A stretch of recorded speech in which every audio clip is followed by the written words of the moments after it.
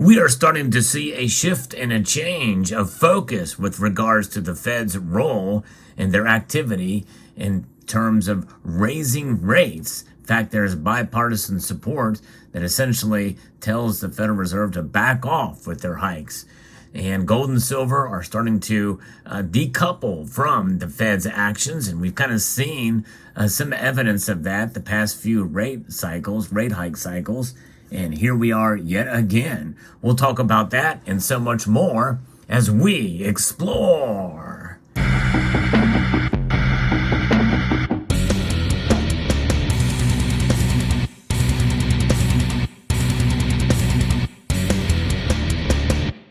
The news of the day is the Federal Reserve has raised rates, which most people expected to happen at a rate of 0.25%, quarter point, 25 basis points. And we'll talk about that. And we'll talk about the prices for gold and silver here in a moment. But if you don't mind, if you could press that thumbs up button down below, share this video, and subscribe to the channel if you haven't done so already. Let's get to where gold and silver prices are now. We did see silver fall by 1 cent earlier in the day. I kind of have been watching it, but it is now up 11 cents. Gold is also up modestly as well, too, up $14.20. Gold now again back within that spitting distance of all-time highs.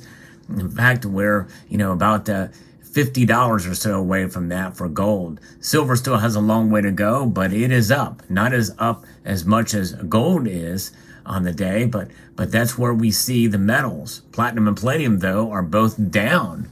Platinum lost $13 today. It just goes to show you that platinum is a riskier asset to get involved in. I do think it's undervalued. It is still above $1,000 an ounce. And I still think it's kind of a good deal, but it is more of a speculative play. But in the end, the metals that really matter the most are gold and silver. And I'm going to be referencing an article here from Kitco News that talks a little bit about some of the recap of what happened today. They hit higher as the Federal Reserve raised rates, which was widely expected. Over 90% thought they were going to do it. The just concluded U.S. Federal Reserve Open Market Committee meeting saw the Fed raise the Fed funds rate range by 25 basis points to 5 and 5.25% as expected. The FOMC statement signaled the committee will likely pause in its rate hiking cycle. And that is part of why we are seeing gold and silver kind of pop out a little bit after that statement was released. The rate hike move was unanimously agreed upon by the committee. The statement said the U.S. economy continues to grow modestly, but the higher bank credit conditions are likely to weigh on the economy. Some market watchers are calling today's FOMC statement a hawkish pause. Yes, indeed. There you go. If there ever is such a thing, a hawkish pause.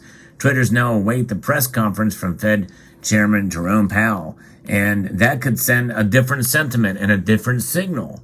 As gold and silver prices very well could fall back in line and react to the statement, to the chairman's statements, but we'll see. But nonetheless, I think they're kind of breaking away from the Fed at this point. In other words, most people expect over 67% now think that we're headed for a recession. So it may not matter what Jerome Powell says at this point. And the Silver Wolverine has pointed out, he kind of says the same thing every time anyway. The European Central Bank meets Thursday. The ECB is also expected to raise its main interest rate by a quarter point. The marketplace is now looking forward to Friday's April U.S. jobs report from the Labor Department. The key non-farm payrolls number is forecast to come in at up 180,000 jobs versus a rise of 236,000 in the March report. The U.S. ADP National Employment Report came in strong, showing 296,000 jobs were created in April, almost double the forecast, and it compares to a revised March reading of 142,000 jobs created. But the manufacturing sector lost 38,000 jobs. In fact, the manufacturing sector is important for supply chains, and we're seeing problems in the labor market with that regarding that, which is one of the reasons why the Mint and others say that why we're not seeing more blanks for U.S. silver eagles and fractional gold pieces. Global stock markets were mixed to higher overnight. U.S. stock indexes were mixed in afternoon trading. Risk aversion has upticked at midweek, allowing solid losses in the U.S. stock market.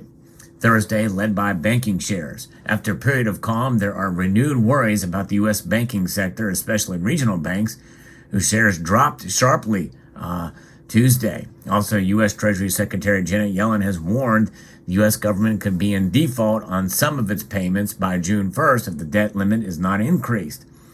Biden will meet congressional leaders at the White House next week to discuss the matter. However, there's no discussion that will be had on the debt limit itself. In other words, he's holding fast. They're going to talk about, raising it, but he's not going to talk about, he's not going to negotiate about it, apparently, which is pretty concerning, I would say. Another feature in the marketplace is a plunging crude oil prices. And this is where we're going to start to see some of this separation here. Concerns about slowing economic growth have hit the crude oil market hard. And so it's fallen. Another key outside market today, we saw the dollar index solidly lower and losing ground after the FOMC statement. And by some measures, many people feel that we should see a gold trading higher than where it is now. Same thing with silver, because the dollar fell, and the benchmark 10-year U.S. Treasury note yield is presently fetching 3.386%. Treasury yields have dipped this week on flight to quality buying amid a wobbly U.S. banking stocks. So there's where we are at. With the dollar index falling and the confidence in the dollar falling a bit here, that's going to weigh in on where we go from here. But the thing is, I believe this very well could be a continuation, especially for silver. Silver's price has been, for the most part, an exception for one day where it fell below $25 for a brief amount of time, and that was only cents below $25 an ounce.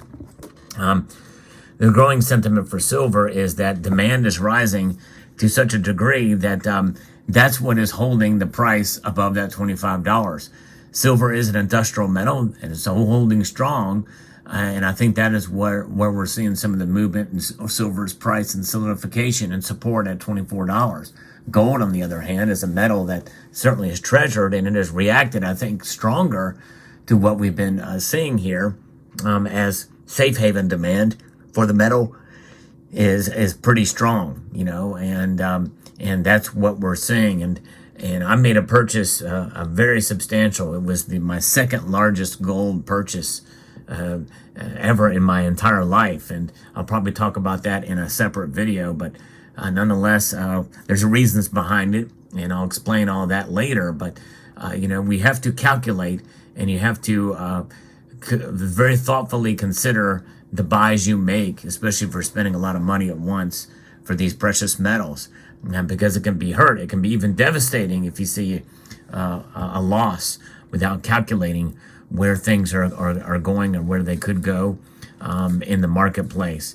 Nonetheless, this is why we stack these metals to protect us over the long course of time against economic instability. Think about them as a savings account. Think about them as a insurance policy. And those types of things are not really considered investments in most people's minds. In fact, I shy away from that word when I describe gold and silver. However, I understand why some people might consider them investments in the general sense, not necessarily in the financial sense, but in the general sense, investments in your monetary future. Because as monetary metals, at the very least, the commodity money, gold and silver provide that safeguard and that safe haven against an ever-inflating dollar. And so it's going to be very interesting to see where things go from here. You have the push and pull with regards to what Congress and the government wants to do, spend more money. Their solution is to spend our way out of money problems. I mean, the very fact is, if you spend too much, you have to create the dollars. And, to do that, and that's what the Federal Reserve does.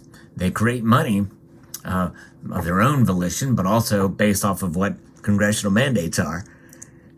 And in this tightening cycle that we've seen, I guess 10 consecutive times we've seen rate hikes now, they're trying to pull back that spending. And so that happening means that it is a fight against Congress and the government to raise spending and to create more dollars, because they're not going to get it through taxation. There's not enough taxes for what they want to spend money on. That's kind of where we sit these days. So this is the situation where we're at now. Now, in this breakaway from the Fed, how will this play out if gold and silver fall in the next couple of days? And there is a potential for that too. In fact, Silver Wolverine has pointed out that sometimes after the Fed raises rates, well, they flash up a little bit, they go up, but then they fall the following days. And that very well could be the case. It could happen. But I don't think it necessarily will be based off the Fed's actions that they took, but it'll be based off of statements that Jerome Powell may give that may signal something in the marketplace. Or it could be the Treasury Secretary, or it could be other economic data that come forward. Mixed employment data is something else. Friday is going to be very interesting to see what happens with some of the employment data that comes out.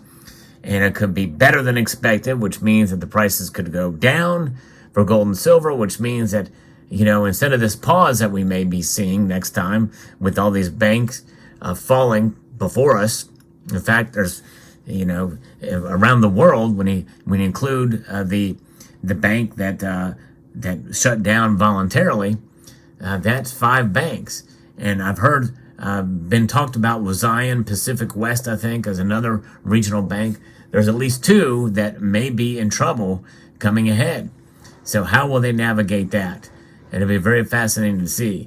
All of this stuff like that seems to be mirroring kind of what we saw in 2007 and 2008. And by the way, instead of a residential crisis in the real estate market, there's talk of a commercial crisis in the real estate market.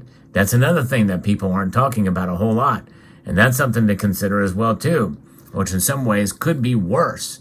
So we'll see. We just don't know where things are going to go from here. But be prepared for lower gold and silver prices. And even though that may be a reaction to what Jerome Powell says, it's not necessarily a reaction to what the Federal Reserve does. So this is why I think that we are starting to see this happening now. Gold and silver breaking away from the Fed. Let me know what your thoughts are in the comment section below. I hope you found this video informative, insightful, and educational. I'd like to extend a multitude of gratitude to you all for watching, and to encourage you to please rate, share, comment, and subscribe.